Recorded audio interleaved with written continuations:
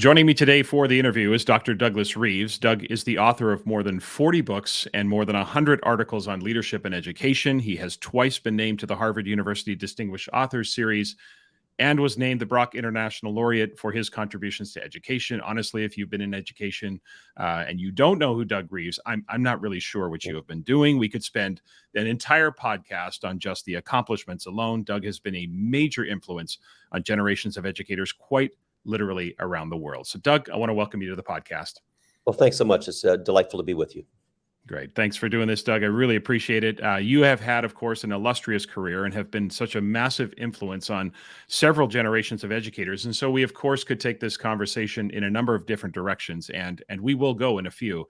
But I want to begin with a topic that I know you're paying close attention to, and that is the topic of creativity and innovation. I think that many educators, maybe even most, would agree that creativity and innovation are critical 21st century competencies, and yet we still don't see creativity and innovation as ubiquitous key drivers of a 21st century learning experience in school. We see it in pockets, of course, no doubt, but not everywhere. So how do we make this happen? How do we create a level of urgency within school or district or even state and provincial leaders? How do we create that urgency, those who are responsible for those decisions?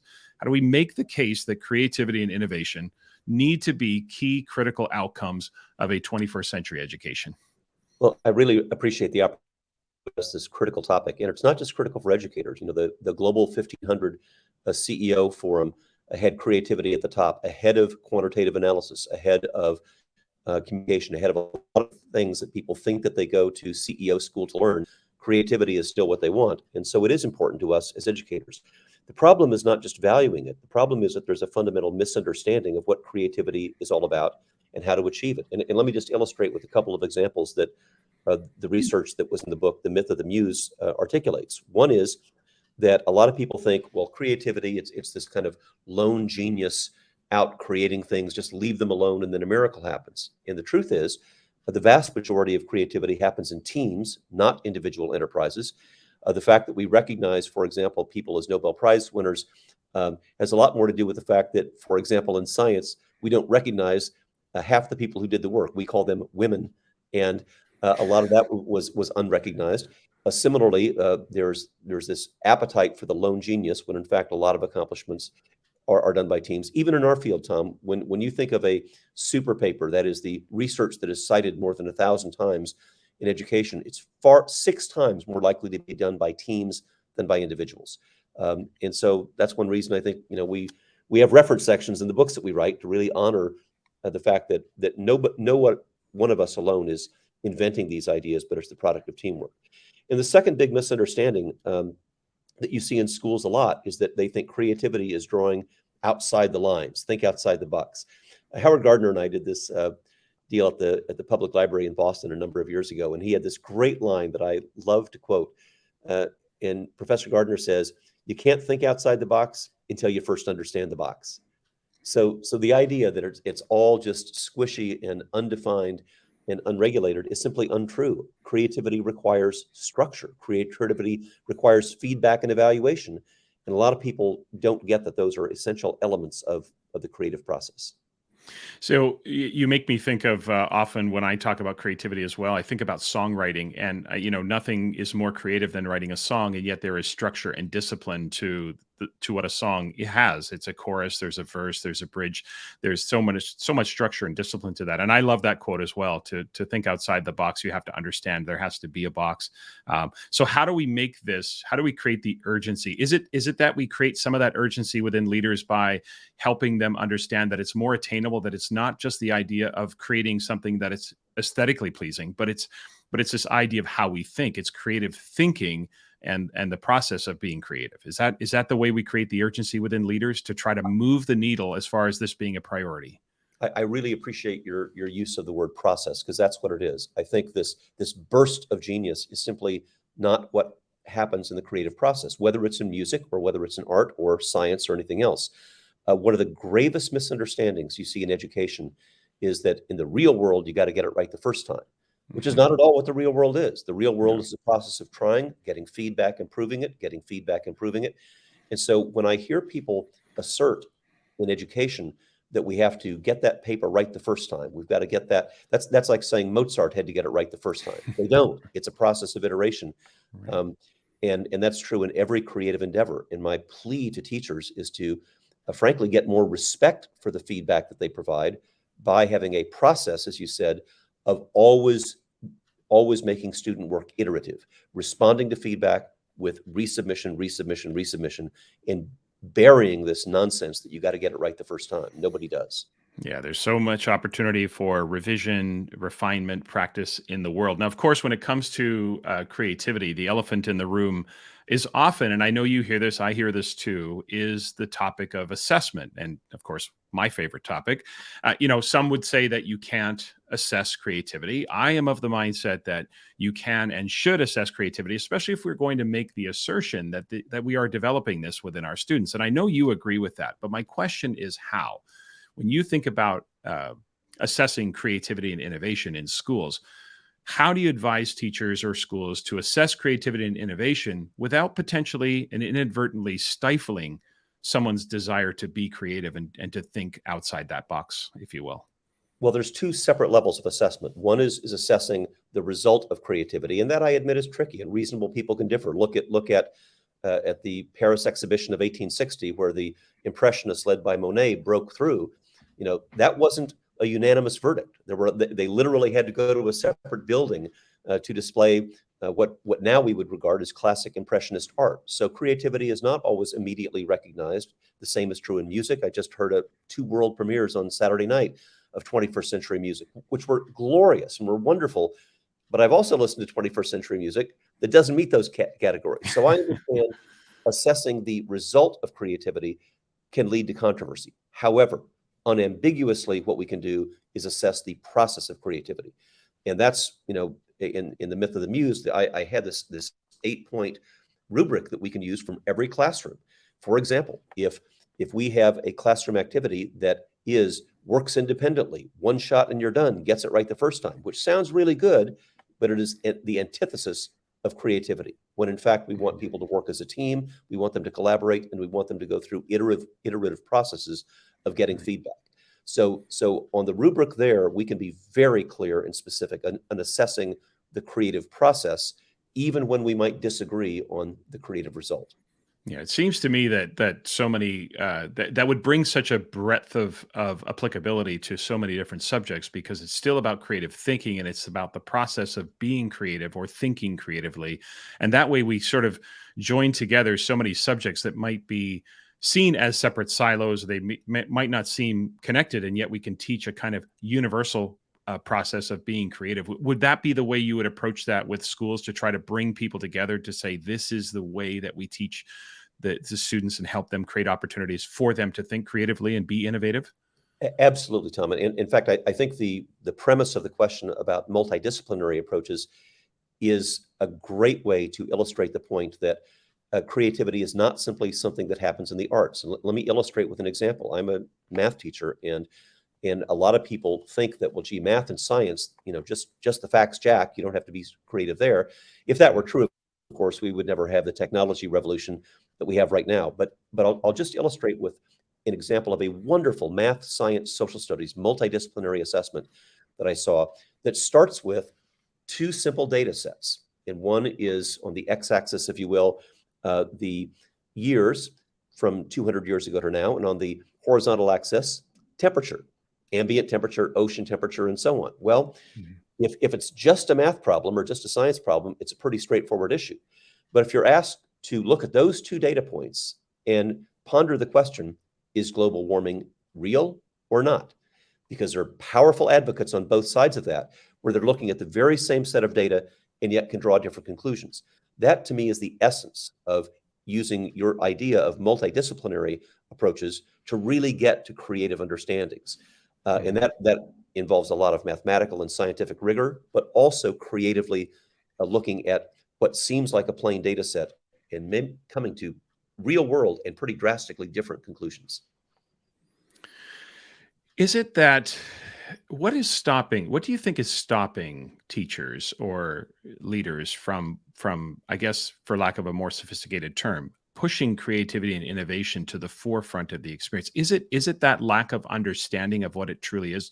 Is it that very narrow definition of aesthetics, or is it something else? Is there something else at play when you think about what's stopping us from pushing creativity and innovation to the forefront of our agenda? I think there's two things, and I'm not judgmental about teachers at all. We No, of all are course. working hard and trying to do our best work. But I think there are two things. One is a misunderstanding of the creative process, and that is the myth of the lone genius, the myth of the inspirational muse who works alone and gets it right the first time, um, and the myth of the burst, the eureka moment. I like to say, Archimedes is famous for running through the streets of Athens after his bath, in which he discovered the displacement effect, shouting Eureka. But what I tell people is, I'm pretty sure that was not Archimedes' first bath. He took a Right. lot of baths before he ran through the streets of Athens naked, yelling Eureka. And the same is true with other Yeah, processes. it's certainly, something maybe, it also makes me think that maybe teachers don't necessarily experience creativity and innovation in their own profession, because I've often thought that one of the ways that teachers could best prepare themselves for the teaching of creativity and innovation is to kind of experience it firsthand. And yet, despite creative pockets in our profession, we often see that creativity and innovation are often very slow to take hold in education. So what do you think it's going to take, if we think about it from that angle? What do you think it would take to create a habit of professional creativity and innovation within the teaching profession? How do we create a professional atmosphere where creativity and innovation are the default disposition of teachers and administrators? How do we create those opportunities for our own professional growth? Well, I will be super practical about this because I do think that there's a way of making that happen. And one is a decision-making process, both in the classroom and in the boardroom, called mutually exclusive decision alternatives. Too often, what happens is, we'll meet, let's say, for a curriculum selection, or it might be a technology selection, or it might be choosing the next superintendent. And we do all of our research, and then we go to the decision maker and says, here's the best choice, take it or leave it. When a much more rational approach that would lead to the divergent thinking on which creativity depends would be to say, here's two or three different alternatives. You can't choose them all. None of them are perfect, but each has advantages and disadvantages. That kind of decision-making approach, whether it's to curriculum, whether it's to pedagogical techniques, or to leadership decision-making, would force us to really recognize and compare different alternatives rather than this illusion that there's one perfect decision, whether it's in the classroom or the superintendent's office.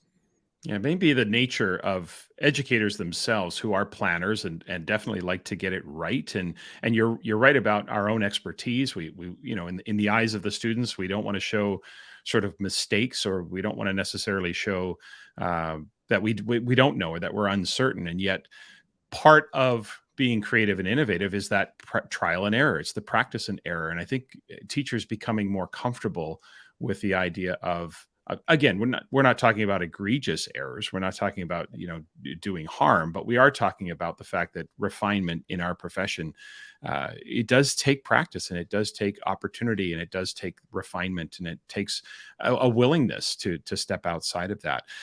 Other thoughts around how might administrators create that atmosphere within the schools? Well, I'm smiling because you're reminding me of my friend, Dr. Mike Wasta, who as a superintendent would regularly send out oopsgrams.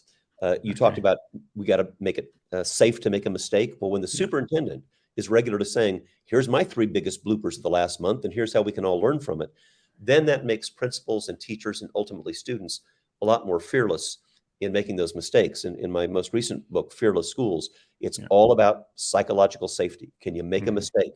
And Tom, I think you've hit on an incredibly important issue here when it comes to the nuts and bolts of classroom observation. If you're my principal and you're coming to watch my classroom, my impulse will be batten down the hatches. Everything's going to be perfect. I'm only going to call on kids who've got the right answer because I want to show off for my principal. But Right. that is the opposite of a learning environment. A learning environment, as you suggested, requires mistakes, requires a level of psychological safety and fearlessness in both the teacher making mistakes and students making mistakes joyously, fearlessly.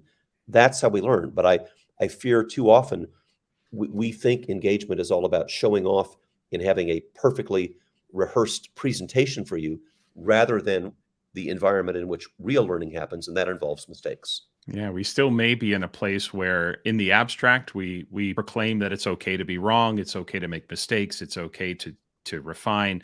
And yet when push comes to shove, when you have a teacher being observed by the principal or there's some sort of, performance appraisal happening, there is still this attempt or this illusion that we have to be perfect and that this is the most, the three most epic lesson plans I've ever created in my life are going to be on display for my principal to show. And it's really a bit of a dance and a performance and a game that I think we just need to break down and try to go in a different direction and really celebrate the professional errors that we make. Because I always say to teachers, the errors that you're going to make, teachers make good decisions on behalf of their students by default. Again, there's always exceptions to the rule out there, but the vast majority of teachers, even if they get it wrong, it's going to be a good experience for their students. And refining that means it's only going to be better the next time. It's only going to be more, engaging or empowering to your learners going forward. So I guess for me, I'm just trying to, encourage teachers to let their guard down a little bit. But again, the system, even outside in society, doesn't support that, does it? The way that we view teachers in that lens. Right. I mean, Kim Marshall makes a very persuasive case that lots of spontaneous, tiny observations are way better than the typical dog and pony show where it's all planned, it's all rehearsed, there's a pre-observation conference, and it's just a contrivance. It's set up to be the opposite of creativity, the opposite of learning, the opposite of risk-taking. It's just a show. And I'll tell you, a lot of money and time is spent on evaluation and feedback systems in education that aren't really producing much in the way, not just of creativity, they're not producing much in the way of good learning and teaching anyway. Yeah, it's interesting too that no matter, when you think about how assessment in schools, our assessment practices, even our grading practices have evolved, um, teacher evaluation, teacher performance appraisals really don't reflect, the kinds of assessment practices we would encourage teachers to use with their students. They more and more have become disjointed from the experience that teachers have with principals or principals have with superintendents. It's looking more and more different in terms of the assessment context for sure. Doug, as we think about broaden out the lens here a little bit, you of course have been so right and on point with so many aspects of education throughout your career. Many times, you of course have been ahead of the curve on so many aspects of education, and we've all benefited from your expertise. But to turn that question a little bit on its side, I'm wondering, as you reflect on your career, was there any aspect of the evolution of K-12 education that you either underestimated or maybe even were wrong about? Oh yeah, I've been wrong on tons of things, and I would just add as a kind of a consumer alert for your viewers that when a researcher is always conveniently right, always is able to find a data set to support his or her conclusions, beware, guard your wallet. Real researchers make mistakes all the time, and let me just illustrate with a couple of examples. Okay. One of the things that I've worked on a lot, and I'm still working on a new project now, is implementation. Lots of good ideas out there, but poorly implemented, they mean nothing. And so originally I had this hypothesis that as implementation gets better, and I had articulated 4 levels, level 1, 2, 3, 4, then student achievement would get better. Seemed reasonable to me because everybody had talked about fidelity, everybody talked about implementation. Right. But when I actually tested it out, I was dead wrong about the linear progress of level 1, 2, 3, and 4. What it was, in fact, was level 1 to 2, nothing happened. Level 2 to 3, no results. Level 3 to 4, giant increases in results. But one of the biggest things I learned in the process of being wrong about this linear nature, it wasn't 1, 2, 3, 4, but 1, 2, 3 were level, and then 4. What I learned is that that's why a lot of change implementation never happens. Because after level 2 and level 3, people say, well, shoot, that didn't work. Let's buy a new program. And they get to level 1, 2, 3. Well, that one didn't work either. Let's buy something new. So I learned as a result of being wrong in my projection about linearity. I mean, certainly when it comes to grading, I thought they'll read books from you and books from me about how to have good grading practices, and then a miracle happens. And of course, you've seen the folly of that, where everybody says, well, gee, if we have the same parents and attendance and behavior and quizzes and homework and finals and everything's the same, then a rational process would have the same grade. But with more than 10,000 teachers and administrators, I found that the very same work by the very same kid could have an A, B, C, D, or F. And it's as bad today as it was 20 years ago. Yeah. So that's, the lesson there is it merely, writing books and having good logic behind it isn't enough to change deeply ingrained toxic practices. Yeah, it definitely is with grading. It is surprising to me that in 2021 the concept of sound grading practices or the sound assessment practices are still struggling to take hold in some places. Yeah, it's always awkward to ask somebody where were you wrong, but I agree with you. We all are wrong, and that's part of how we grow professionally. It's interesting. So from that linear thought versus, is it more the idea that we lay a foundation that steps sort of level one, level two, and moving to level three are that foundational piece that put you on the verge of these explosive successes? Is that what you discovered in that process? Yeah, I think it goes along with some other research too, that number one, I can't have deep implementation of more than a few things. And you look at most school plans right now, we're broadcasting in the year 2021, when in the US, a lot of federal funds are coming to schools as a result of CARES funding. But we've seen this rodeo before. Back in Race to the Top days in 2009, 2010, they get flooded with money. They buy 20 different programs, implement none of them. And then 2 or 3 years later, they say, well, gee, I guess, all that money for education didn't work. Yeah. So one of the things that I learned is focus. You got to focus on a few things if you're going to get to implementation. And the second, and this is truly controversial, but it's in another book called Deep Change Leadership. I think the idea that you got to get buy-in is just a myth. If you wait for buy-in, we'll be having the conversations, not just on grading, but on any other innovation 20 years, 50 years from now. So what I learned is, to finally get to your question of laying that foundation, you don't wait for everybody to agree. You get to level 4, you implement it deeply, you observe the results, and then when people see the results, you ask for buy-in.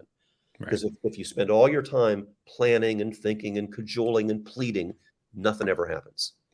Yeah, it's you have to almost, as long as you have a critical mass, of course, you can move forward and you begin to push that agenda. I totally agree with that. I think there's a point where you have to show the results and show the why. Definitely. Okay, we've got 2 more questions as we finish up here with part 1 of our conversation. The first one is you, of course, as I've mentioned several times, you've inspired generations of educators. But I'm curious about 2 things, Doug. Who inspired you in your early days, and who continues to inspire you today? Well, like almost everyone in our profession, I was inspired by great teachers, and I was so lucky to have both teachers and leaders who had a profound influence on me. I had coaches who were great, both inside and outside of school. Teachers who demanded excellence.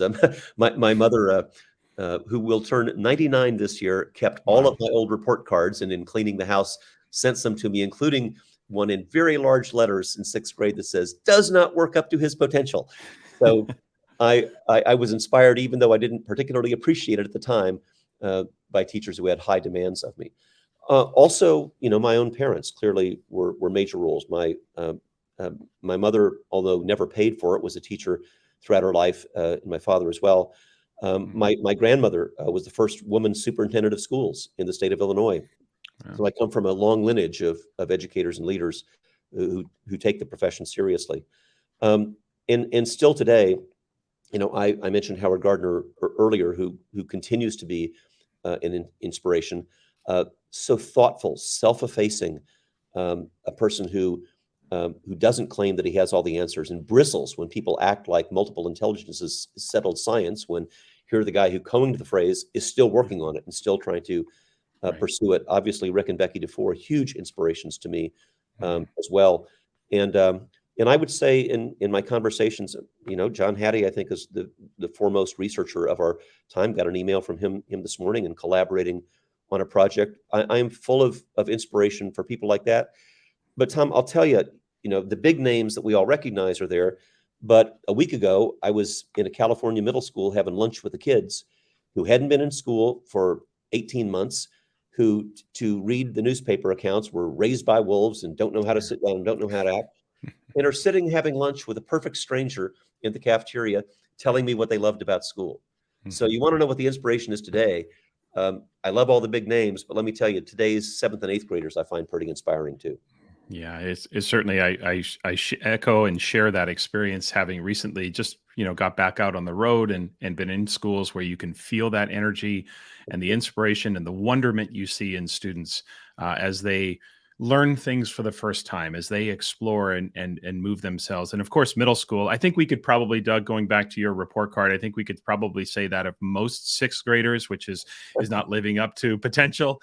That's just what middle schoolers are. As great as they are, we know they are in that young adolescent phase, and they will grow out of that, and they will certainly move into young adulthood. But you're right. The learners that we see, the energy they bring to the schools is definitely so inspiring. Okay, one last question as we finish up here, part one, and it's the question I ask everyone that comes on the podcast. And it's very simple. You can take this wherever you wish. But the question is, educationally speaking, what keeps you up at night? I am desperately worried that our country still does not value, and I realize we have an international audience. I'm speaking more of the U.S. in that perspective, but we don't value children. We talk a good game about it, but there's still incredibly, to me, controversy over whether or not we should invest in early childhood education. We certainly don't believe in it strongly enough to ever have it show up on accountability reports. And so what keeps me up at night is a society that talks a good game about valuing the future, but we undervalue children. And one of the clearest indications of that is what you see right now with teacher turnover. We don't value educators in ways that successful countries do. It's not just about the pay, by the way. That's important. You can't have six-figure debt and a five-figure income. But we also don't evaluate, we don't treasure our teachers by way of professional respect, autonomy, and safety, all manner of ways that we show appreciation for other professionals. We don't. So that absolutely keeps me up at night. Yeah. I want to pivot now to leadership and change, as I know that's something you also think deeply about and have been very influential about. And I've seen throughout the course of my career this shift from leader as manager, to this idea of instructional leadership. So I'm wondering for you, Doug, when you hear the term educational leader or instructional leader, what does that mean to you when you think about a K-12 21st century learning experience in schools or an education system? Well, I really appreciate the way that you phrased the question, because since Abraham Zalesnik originally wrote the leader versus manager article in the Harvard Business Review more than 40 years ago, we've been told that leadership is about creating this vision and articulating the vision and communicating the vision. And I believe all that. However, one of the things that I'm noticing is that we neglect management at our peril. Because when you look at school leaders today, they are spending a ton of time on project management, people management, time management. And if they say, all I want to do is the leadership stuff, then who's left to make sure that we have a safe and secure environment, that we have an aligned curriculum, that we have sound assessment in professional learning practices. So my evolution of my own thinking is that the visionary leadership is great, but it cannot be a substitute for the technical skills of management that we still need. And I see too many graduate programs, frankly, diminish those skills, where you can have a doctorate in education leadership and still not be able to organize a master class schedule or give people good feedback or align curriculum. And I just got to tell you, that's as important as the visionary stuff is as well. Yeah. So would you favor then, just in terms of terminology, would you favor educational leadership to include both, curriculum instruction, but also personnel? When you think about educational leadership, there is an art to managing personnel. And I don't mean that from the cynical sense of control or anything like that, but I have worked with some principals over the years that were just masterful when it came to creating work environments where teachers felt inspired. So would that be maybe a more favorable term for us to use, given the evolution of the thinking is to call ourselves as leaders, educational leaders, to include those management pieces that you say are so important? Absolutely. And it's not just creating the environment. I agree with you on that, but it's also the nuts and bolts of things like providing effective feedback. Right. Most district and state, and I won't speak for the provinces in Canada, but most official evaluation systems just don't accomplish very much. I've never seen anybody get evaluated into better performance. Seen a lot of people get coached into better performance. And that's what effective education leaders do. is that they give feedback in a way that provides coaching and a cycle of continuous improvement. But you don't learn that in an HR class, and you certainly don't learn that by studying HR manuals on how to evaluate people. And I would argue the same is true with respect to things like time management and project management. That seems so mundane. And yet, if we really expect leaders to have the time to engage in what Georgetown professor Cal Newport calls deep work, then they've got to be able to organize their tasks and their projects in a way that allows them to do that at some other time than 10 o'clock at night, which is when I see the timestamps on emails coming to me from educational leaders. Right. So I know it's not terribly popular to talk about these mundane notions of time, projects, people, but that's the essence of what allows you to be a great leader. Yeah, it certainly doesn't grab attention on Twitter. It's not the sexiest part of leadership, no doubt. But I think you make a very important point, which is we can't take those management tasks for granted, that there is a skill and an art to them as well. So maybe it's the idea of expanding what it means to be a leader, as opposed to trying to create the zero-sum game where if I'm either an instructional leader or I'm a manager. But you and I both know that when you get onto social media, what nuance doesn't sell, and certainly creating dichotomies is what really gets people's attention. And so it's the leader versus manager type of narrative that often, unfortunately, I think drives this conversation. I think the point is well taken. When it comes to change, listeners, you might recall from last week that Doug had talked about how we should not be seeking buy-in. I want to come back to something you said last week, Doug, which is the idea that when it comes to change, I've heard you say this many times, that the idea of the 3 to 5 year plan and buy-in need to be replaced by this concept of short-term wins and passion. So why is it important for leaders to shift that focus? Why is it important for short-term wins and igniting passion within those they lead? Why is that the more, I suppose, beneficial way to approach change in any school or district? Well, one area that John Cotter and I certainly have found common ground on is the need for a sense of urgency. I have phrased it, and this was even true before COVID, but especially during the shutdowns associated with the global pandemic. We've got a building on fire. There's children inside the building. We need to evacuate the building. We don't need a task force. We don't need a study. We don't need a 5-year strategic plan. We need to evacuate the building. And I use my analogies with care here because I really do think that student success is a health and safety issue. If there was a disease in affecting our children, we would react, as you've seen in the last 18 months, vigorously and directly. If there was a threat to bus safety, we would react vigorously and immediately. And yet, when it comes to improving literacy, reducing the dropout rate, improving pedagogy, that's the stuff that always takes 5 years. Here's why it's a safety issue. The data are unequivocal that students who don't complete K-12 education have higher health risks, more involved in the criminal justice system, have much higher incidences of poverty and unemployment. And that is not a 1-year problem. That's a 50-year problem. Yeah. And so the children that we are failing to serve now are 50 years from now still going to be unemployed, still in poverty, still making greater use of the healthcare and criminal justice systems. That's why I've got a sense of urgency. And that's why I have zero patience with people who say, and I've heard it as recently as this week, well, Tom, we'll get around to that grading stuff, but that's part of the 5-year plan and we'll finally implement it in grade 5. We're going to continue to have toxic practices and failures for 4.5 years before somebody gets off their duff and actually makes it happen. I got no patience for that.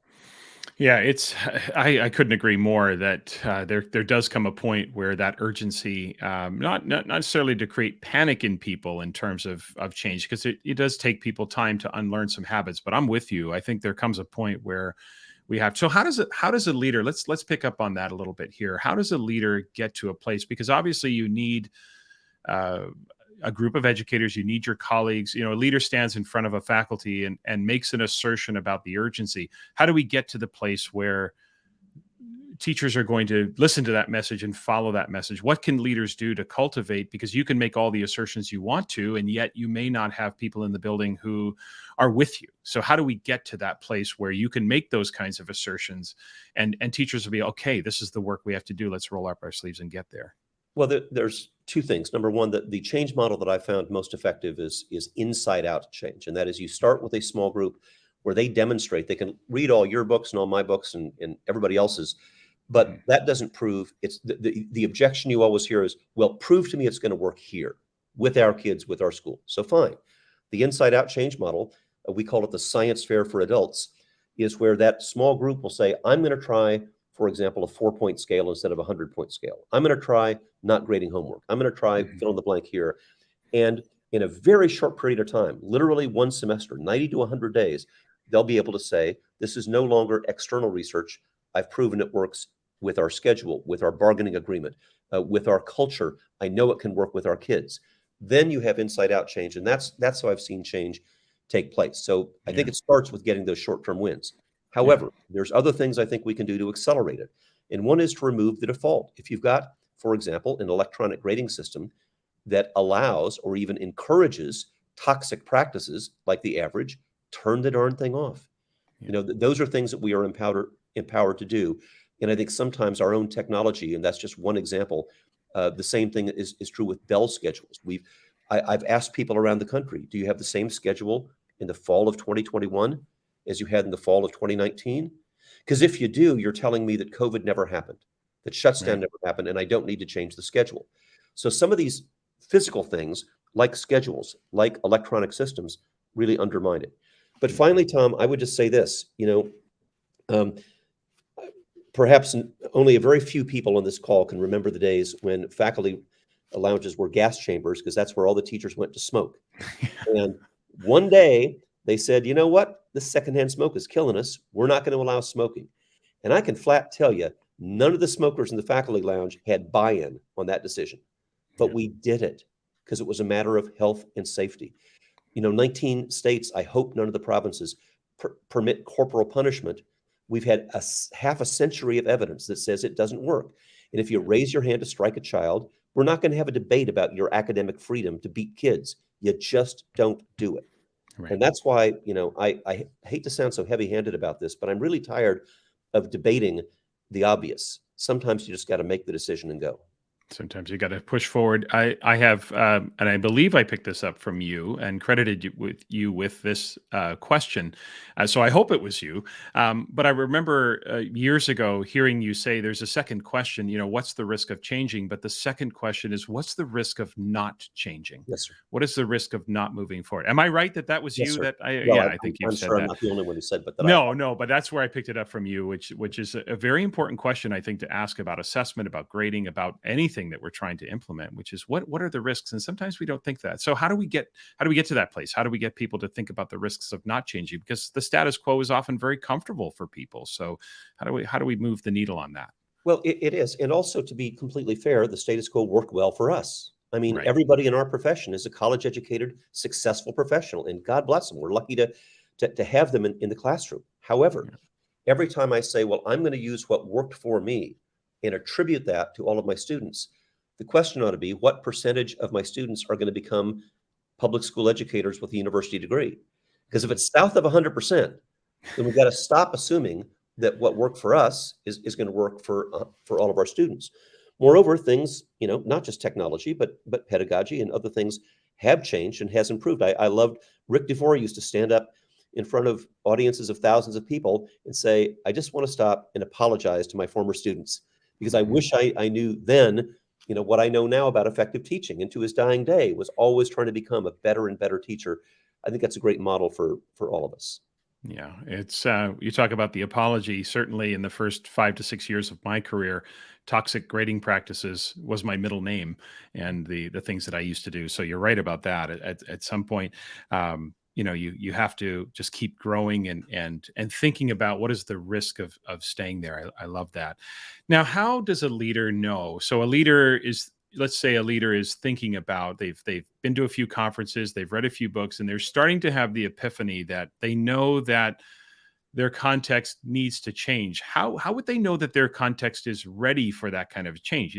Again, the leader might realize that there's a change we need to undergo or implement, and they want to put a guiding coalition together. They want to start to begin this whole process, but they're not sure, is my context ready for me to make that assertion? So how can leaders determine whether or not the context is actually ready for that kind of definitive assertion about here's where we need to go?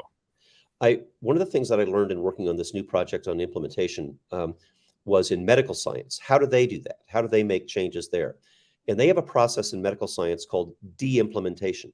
Before you start to implement something else, a new pharmaceutical regime, a new surgical procedure, I got to decide what I'm going to stop doing. And that makes, in the medical science context, tremendous amounts of sense. Why in the world don't we also have de-implementation as what we decide to do? So to answer your question directly, Tom, first thing the leader's got to do is to decide what he's going to stop doing. And I fear too often our leaders are a lot better at adding things to the plate, at having the new vision. As you said, they go to the conferences, they read the books, they add new things, but they're not very good at saying what we're going to stop doing. Right. It's such an important part because I don't know any teacher that's not busy. We're all busy in education, and yet some can be more effective than others with the way they utilize those minutes, and certainly the ability to stop things that are not producing desired results, things that are not sort of producing the kinds of impact that you're looking for. That's a hard question because, again, we all, I think, get comfortable, but I think an important one as we think about change. So I want to broaden the lens a little bit here to research in general, because I know that the pursuit of change is often sourced from educational research, the latest findings. And yet, I don't know if you've had this experience, but I find that many, not most, but many educators have a kind of fickle relationship with educational research. They like the research that supports their perspective and their opinions, and they reject the research that does not, right? So when they don't like the change, it's where's the research? When they like the change, they can be dismissive or things like that. And we know that educational research is never ironclad because of how challenging it can be in its development and conclusions that we draw. So I'm wondering, what is the healthiest relationship that educators can have with educational research? What would that look like? I think the direct answer to the healthiest perspective is skepticism. And unfortunately, a lot of leaders hear somebody as a skeptic and they think, well, they're just being negative. So I want to draw a clear distinction between the skeptic and the cynic. The skeptic says, show me the evidence, because I've seen 25 hot deals in my career come and go, all supposedly research-based. I am a skeptic. I want to see the evidence, and not just one study and not just one commercially tailored study. I want to see what I've written about called the preponderance of the evidence, an intersection of quantitative, qualitative, case studies, meta-analyses, syntheses. That's when I see different researchers operating independently, coming to very similar conclusions, then I'll take it to the bank. But I'm never going to rely upon one study. The way I express it is I'm just a pebble on the mountain of research, and people should be skeptical of us. But once they see the intersection of multiple methods, independent operators, different venues, rural, urban, suburban, in my case, different countries, all coming together, then I think you can start to believe it. But I don't expect anybody to be persuaded by a speech, a book, or a researcher. They ought to look at the preponderance of the evidence. Right. So when there's conflict in the research, when we see sort of different conclusions, I'm going to use an example here, but I don't necessarily want to have this conversation be about these two individuals. But let's take a topic like homework, for example. If we were to put Harris Cooper and Alfie Cohen in the same room, they would not agree on the assertions about homework. And so educators are faced with, like, what do I do in that situation when I see that there are prominent researchers, people who are prominent voices in education, who have fundamental disagreement about what the research says. And again, I just use those two as an example. But how should educators approach that when they see there is disagreement in the research fields? Actually, I think that's a perfect example on homework. And part of it is whenever you're going to ask a question about research, we have to make sure we're phrasing the question correctly, because the disagreements about homework really aren't about homework. Where there's common ground, if Alfie Cohen were standing right here, he would agree kids need practice. And I suspect that the advocates of homework would all say they need practice. That's the common ground. So then the question is, what's the best way to get practice? And typically it's with feedback, with coaching, with immediate reinforcement, with the opportunity for revision and improvement. That never happens at home. So the homework controversy really is inappropriately about homework. It ought to be the question, what's the best way to get practice done? I think everybody agrees on that. And unfortunately, too many people think the only way to get practice is assigning homework. I think that's not supported by the evidence. And by the way, just props to Alexandria Neeson, who synthesized 37 studies on homework. So instead of dueling one person against another, she was a wonderful example of the preponderance of the evidence to say, Yeah. let's look at the bulk of the evidence. Homework has zero impact on achievement, she found. Yeah. Sometimes we have to, you know, look at the body of evidence and draw general conclusions, even if there is some nuanced disagreement in terms of the approach. And so that's a great example of putting it all together and like you say, looking at the preponderance of evidence. Okay, two more questions as we finish up here in part two. And the first question here that I want to go to is about the future of education. So I'm wondering, Doug, from your perspective, what exciting breakthrough or tipping point is on the horizon for K-12 education that most of us aren't seeing, or maybe we are underestimating? So, what are we collectively on the verge of from your perspective, and why should we be excited about it?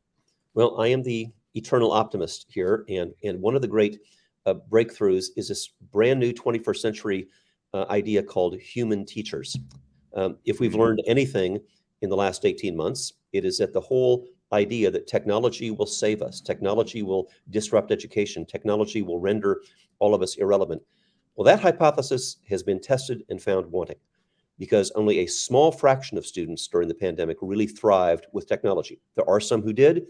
They were probably thriving before that, and they were, and as a result, their thrill of using technology alone has been validated. But for the vast majority of students, more than 80%, it was a colossal mistake to assume that a Chromebook replaces a teacher.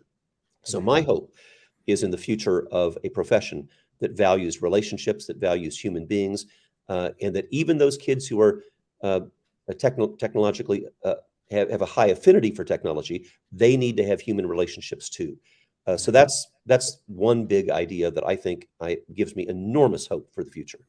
I just don't know that I had any experience over the last 19 months or 18 months before things began to open up a little bit more. I don't remember one professional learning experience that I conducted on Zoom where anyone said, "This is better."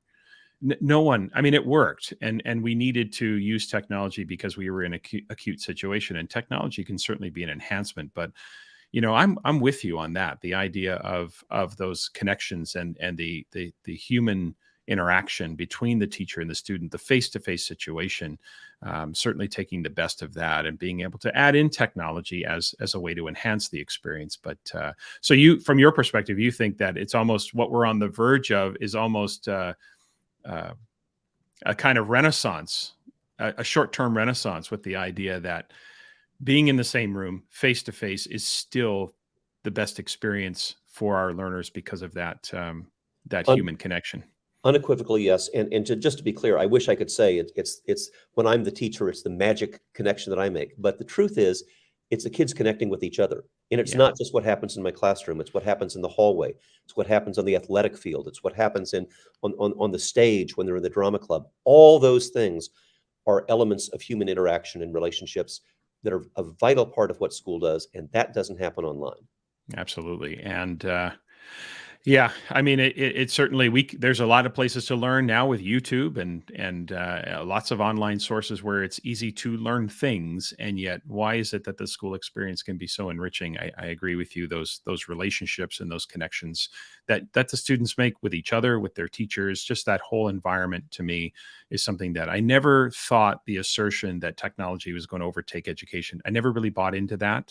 Speaking of buy-in, I never really thought that was where we were going to go. I always sort of thought of as an enhancement, the way that we can enhance that experience. Okay, last question as we finish up here. And this is a question I ask everyone who comes on the podcast, and it's a very simple question about success and happiness. And the question is, if a random person stopped you on the street and asked you, what is your definition of success? How would you answer them? Um, in my case, I actually would not say happiness. I have a wonderful friend who's a psychiatrist who is fond of saying happiness is all not it's all cracked up to be. Life Okay. is full of challenge and difficulty. For me, success is a life of meaning and purpose. Mhm. And I have been lucky enough to have mentors and friends and family members who exemplify that. And so I don't wake up every day asking myself, how can I be happy? I do wake up every day saying, how do I live a life of meaning and purpose? Yeah, that's I think a good mantra for all of us to follow. How do I live a life of meaning and purpose, and how do I bring that to all of that I experience on a daily basis. Listeners, if you are not following Doug on Twitter, then again, I'm not sure what you're doing. His Twitter handle is at Douglas Reeves. You can also find Doug on LinkedIn. And I really want to encourage you to check out the Creative Leadership Solutions website, where you'll find blogs, videos, resources, information about events, and so many other great pieces of information about Doug, about the team there at Creative Leadership Solutions. That's www.creativeleadership.net. Doug, I really can't thank you enough for joining me today. Thanks so much. I really appreciate it. It's my pleasure. Best to you, and I hope our paths will cross along the trail soon. I would look forward to that. Thanks, Doug. Take care.